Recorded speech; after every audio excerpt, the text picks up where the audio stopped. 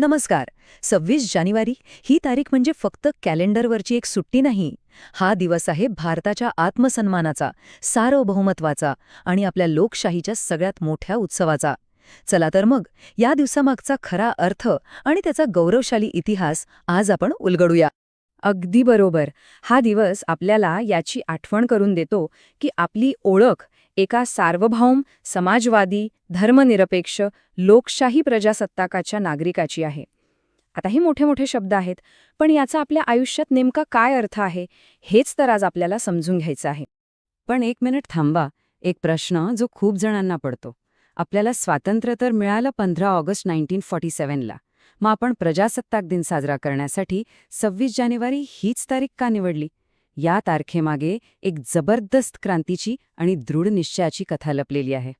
तर गोष्ट आहे 1929 सालची. लाहोर काँग्रेस अधिवेशनात पंडित जवाहरलाल नेहरूंनी पूर्ण स्वराज म्हणजेच संपूर्ण स्वातंत्र्याची घोषणा केली. ही फक्त एक घोषणा नव्हती, तर ती एक शपथ होती. आणि याच शपथेचा दिवस 26 जानेवारी 1930 देशभर स्वातंत्र्य दिन म्हणून साजरा झाला. आणि म्हणूनच जेव्हा आपलं संविधान तयार झालं तेव्हा त्या ऐतिहासिक दिवसाचा मान ठेवण्यासाठी ते लागू करायला 26 जानेवारी 1950 हाच दिवस निवडण्यात आला. तर 26 जानेवारीच्या तारखेचं रहस्य तर उलगडलं. पण स्वातंत्र्य आणि प्रजासत्ताक यांच्यामध्ये एक खूप महत्त्वाचा टप्पा होता. चला पाहूया भारताचा एक प्रजासत्ताक म्हणून जन्म कसा झाला. एक प्रश्न इथे नक्कीच येतो की 15 ऑगस्ट 1947 ते 26 जानेवारी 1950 यामधल्या काळात भारत नक्की काय होता? आपण स्वतंत्र तर झालो होतो, मग अजून काय बाकी होतं? तर उत्तर असं आहे की आपण स्वतंत्र नक्कीच होतो, पण पूर्णपणे सार्वभौम नव्हतो. या काळात भारताचा दर्जा डॉमिनियन होता. म्हणजे सोप्या भाषेत सांगायचं तर आपलं सरकार आपलं होतं, पण आपले राष्ट्रप्रमुख अजूनही ब्रिटिश सम्राटच होते. आणि 26 जानेवारी 1950 रोजी आपण ही शेवटची बेडीसुद्धा तोडली. डॉक्टर राजेंद्र प्रसाद आपले पहिले राष्ट्रपती झाले आणि आपण खऱ्या अर्थाने सार्वभौम झालो. प्रजासत्ताक या शब्दातच त्याचा अर्थ आहे प्रजेची सत्ता.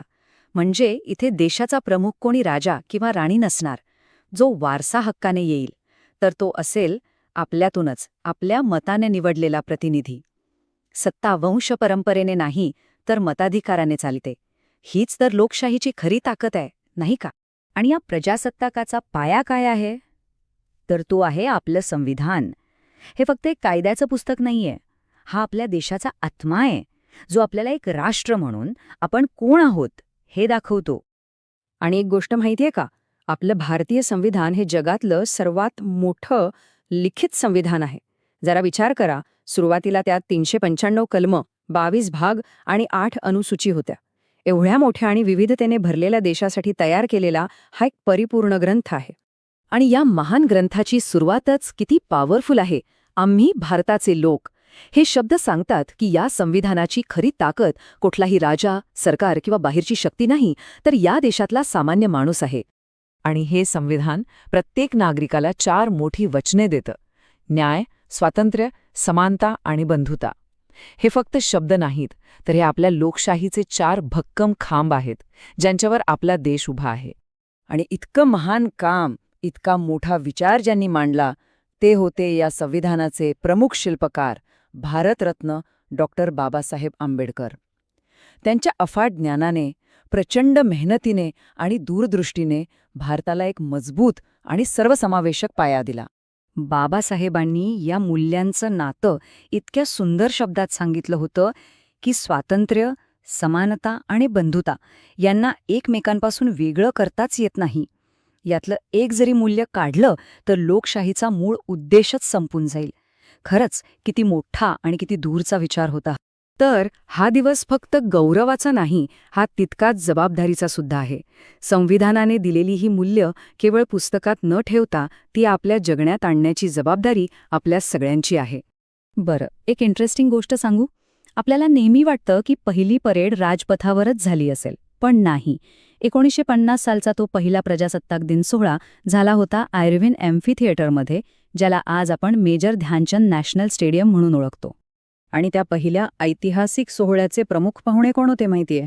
इंडोनेशियाचे राष्ट्राध्यक्ष सुकार्नो.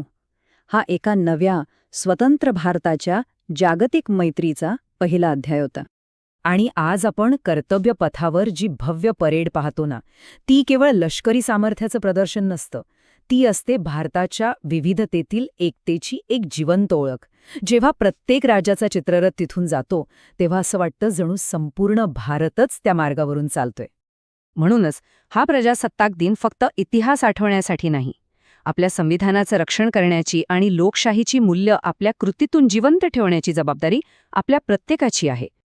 आणि जाता जाता आपण सगळ्यांनीच स्वतःला एक प्रश्न विचारायला हवा.